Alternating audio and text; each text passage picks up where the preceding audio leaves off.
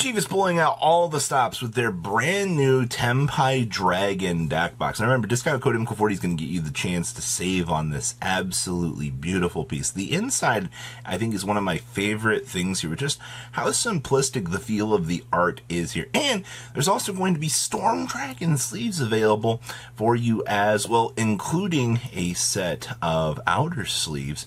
And, of course, a playmat as well. I'll leave a link down below. Remember, discount code MCO40 will save you on your purchase this Sunday at 2 p.m. Eastern Standard Time. MCO40. Make sure you guys smash the living crap out of that subscribe button so you guys don't miss out on more awesome content. One of you be walking away with a booster pack with your comment down below. And pre-sales are still roaring on out here from Gamer's Choice and, of course, Kong's Cards. Remember, discount code MCO40 will save you on your purchase over here. And, of course, Kong's same thing. That Mimighoul deck is really moving here. We got a lot of value across the board. So, yes, discount code MCO40 will save you on your purchase on both of these places. All right, so we have Snatch Steel QCR.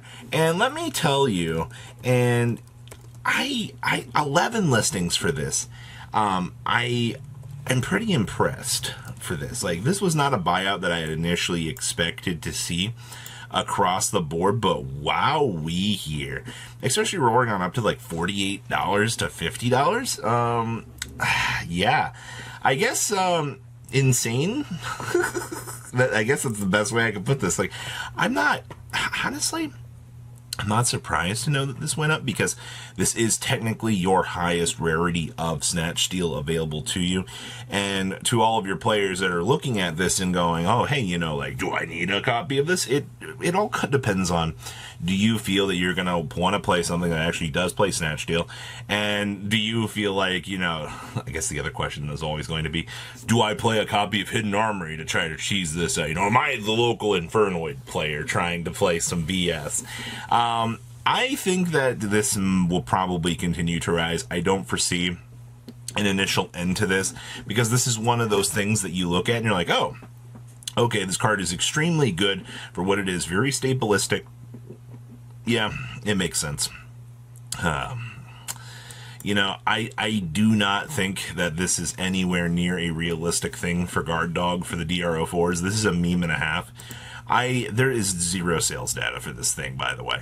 Like, if you're looking at the $36, like, oh, it's worth $36. No, it's worth $1.12. None have actually sold at that. That's just the overinflated price point that existed a long time ago and it never repopulated.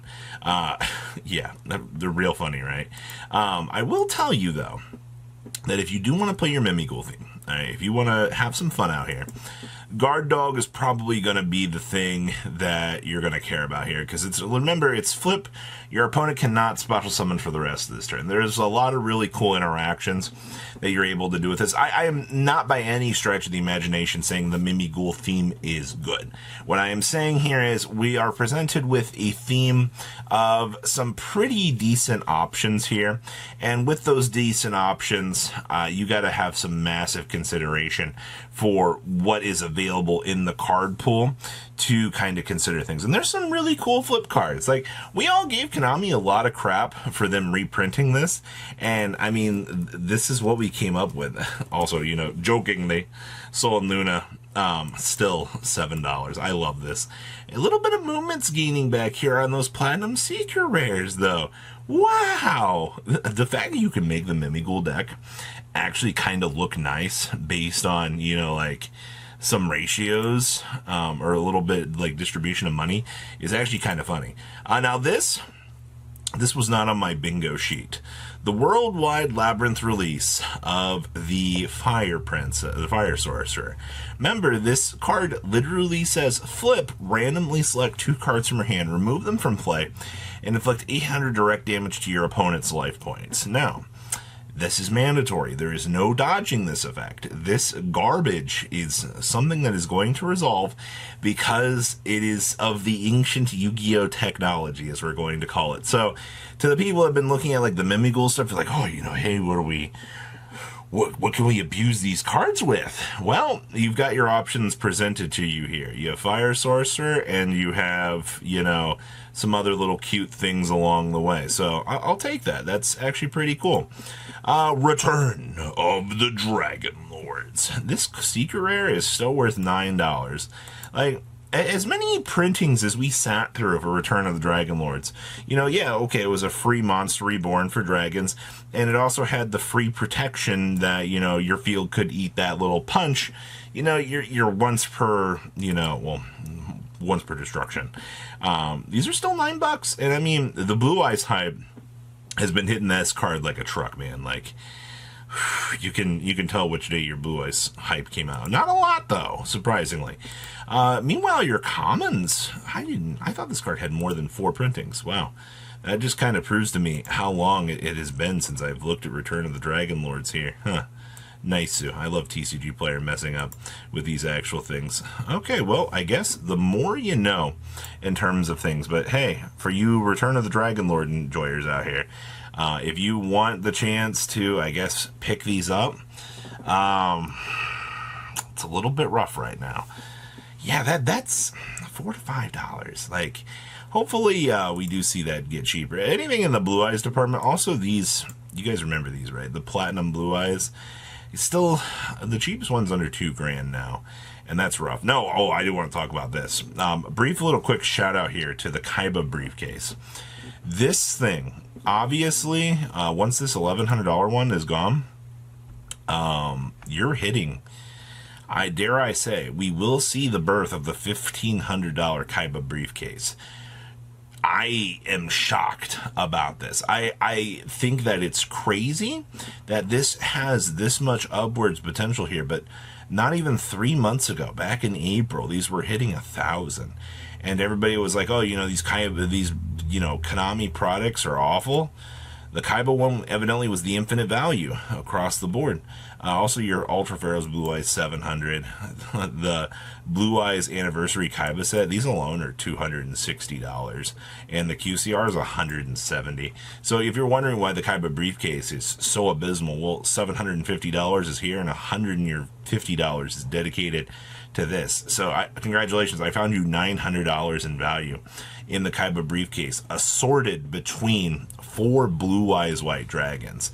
Isn't that crazy to think about? Obelis the Tormentor Gold Edition. I've been watching this thing because I find this hilarious. Still only 46 listings. I feel like this card's entire existence has been a typical, listing nightmare. There have not been very many of these just floating around on the market. And even today, even fast forwarding to 2024, yeah, this card, it's still cheap. It's still $2, $3, which isn't anything too crazy out here, but it's enough that you look at it and you're like, huh, okay. Cosmo Dank Destroyer. I still don't understand why all this Cosmo hype comes from every single video we talk about, but hey, you're $25 for them. You got a 26er here, which actually isn't terrible, but it's not good by any stretch of the imagination. Okay, and then your Cosmo cards in general. I mean, look at this, $11 on the Dark Eclipser, still going on up. Farm Girl, trucking on along to 5s. Dark Planet, still $5. Gold Farm Girls are now 5s as well. Cosmo here, coming in, $3, $4. Straw Hat Man, $3. Cosmo Town, $1.50. Cosmo Joe Me Daddy, still $2, $3. Okay, I mean, nothing's really changed all that much. Centurion stuff, the reason I'm bringing this up is there's considerable discussion for the Crimson Dragon and all the applications and things with the Blue Eye stuff, but hey, $68 still. Stand Up Centurions, $69. Trudea's, still $65, so those CRs. Legatia's, $48, no real change there. Oxwillis, still $40s. Legatia's, still $17s. And Primaris still trucking on along. Meanwhile, Wake Up Centurions, these are $13. I don't feel bad about wanting to pick up a copy of that to add to the deck. It's a considerable one-of that you can have. It looks nice in the deck. And you shouldn't underestimate, a piece of collectability. I do also want to mention here, Age of Overlord boxes. So actually earlier in the week, these hit their all-time high. I believe it was 2 days ago. I sold these at 215s. They were completely cratered off. Now the market has had a little bit of time to resettle here. This is where your line in the sand was. A few people just pulled out those cases and were like, well, $199? Yeah, sign me up. I don't really blame them here. You're looking at $190, $199, $200 here. It is within the expected realm of expectations here. Remember, Konami said they're not reprinting QCRs. So the only way to pull, that max rarity SP Little Knight is by opening up a $200 box and hoping for the absolute best. Isn't that crazy to think about? I love this game. So make sure you guys, please, leave a comment down below. Tell me what you guys think, and I will see your beautiful faces back here later in the day, guys. Peace. Patrons, thank you.